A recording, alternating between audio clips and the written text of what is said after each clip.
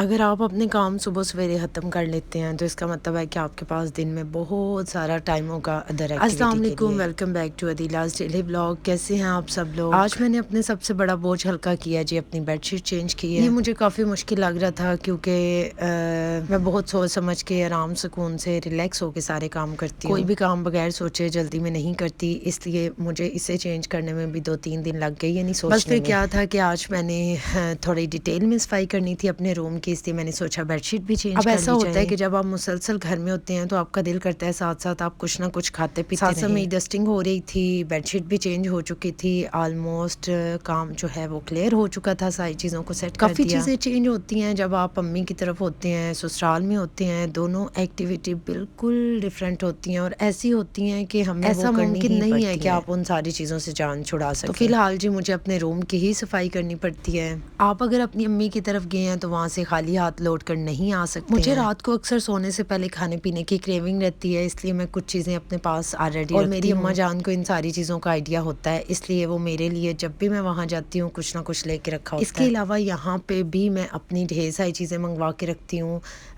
ताकि मुझे आइडिया है कि मुझे क्या क्या पसंद है, उसके अकॉर्डिंग मैंने अपनी सारी चीज़ें। ये जी मैं अम्मी की तरफ गई, वहाँ पे मुझे पता चला मेरा एक गिफ्ट पेंडिंग पड़ा हुआ था जिसे मैं अपने साथ ले आई हूँ। ये जिस फ्रेंड ने भी मुझे गिफ्ट दिया है, thank you thank you thank you so much. ये बहुत गिफ्ट का छोटा बड़ा होना ज़रूरी नहीं होता। गिफ्ट मुझे लगता है ये बहुत किसी में अपनाइत चाहत खलूस हो तो ही वो आपके लिए इतना ढेर सारा टाइम ढेर सारी खुशियों में शामिल होता है। और फिर मज़े की बात कि वो बंदा इतना टाइम निकाल के आपके पास पहुंच भी जाता है और इतना खूबसूरत तोहफा भी लेके आता है। So thank you so much all जो मेरी सारी खुशियों में शामिल हुए। का किस्सा मैं आपको नेक्स्ट व्लॉग में बताऊंगी, ज़रूर बताऊंगी, डिटेल में बताऊंगी और इसके फ़ायदे भी, क्योंकि मुझे लगता है ये भी बहुत इंपॉर्टेंट बात है, तो इसको भी मैं ज़रूर शेयर करूंगी अपने नेक्स्ट व्लॉग में। यहाँ पे जी हमारी सफाई सुथराई वाले सारे काम हो चुके थे, हर चीज़ मैंने सेट करके अपनी अपनी जगह पे रख दी थी और अब मैं बिल्कुल मुझे ऐसा लगता है सारी औरतें ऐसी होती हैं कि जैसे ही उनके घर का सारा काम ओके हो गया तो वो ऐसे समझती हैं कि बिल्कुल रिलैक्स। यहाँ पे मैं नीचे पोर्शन में आ चुकी थी और आज खाना बनाने की तैयारी की जा रही थी। मैंने अपने हर व्लॉग में शेयर किया है कि मुझे खाना बनाना नहीं आता, इसलिए मैं साथ साथ वीडियो बना रही होती हूँ, साथ साथ खाना बनाना भी सीख रही होती हूँ, क्योंकि आहिस्ता आहिस्ता मुझे सीखना तो है, तो मैं आहिस्ता आहिस्ता सीख रही होती हूँ। आज हमारा प्लान था चिकन कोरमा बनाने का, तो मैंने सोचा मैं साथ साथ वीडियो अपलोड कर दूंगी, साथ साथ मुझे रेसिपी का आइडिया हो जाएगा, तो मैं थोड़ा सा टाइम यहाँ पे रुकती हूँ। फिर एक वक्त ऐसा भी आएगा कि मैं खुद बना रही होंगी और आप लोगों के साथ शेयर कर रही होंगी। वाह वाह कितना खूबसूरत खूबसूरत दिन। अच्छा यहाँ पे मेरी एज फेलो मौजूद हैं, तो इसलिए मुझे इतनी ज़्यादा टेंशन नहीं होती। हम लोग गपशप लगा रहे होते हैं, साथ साथ काम कर रहे होते हैं। तो ऐसा नहीं है कि आप एक खाली किचन में खड़े होकर अकेले काम कर रहे हैं, तो मुझे ऐसा लगता है कि टाइम बहुत लंबा हो जाता है। जब आप पूरी फैमिली के साथ होते हैं और साथ साथ गपशप हो रही होती है तो टाइम का आइडिया नहीं होता। रेसिपी भी साथ साथ आप लोगों के साथ शेयर हो रही है। यहाँ पे इनको पहले फ्राई किया जा रहा है, सारी चीज़ों को ऐड किया जा रहा है, जो कि मैं भी देख रही हूँ। खाना बनाना इतना मुश्किल नहीं है मुझे ऐसा लगता है, लेकिन क्वांटिटी का थोड़ा सा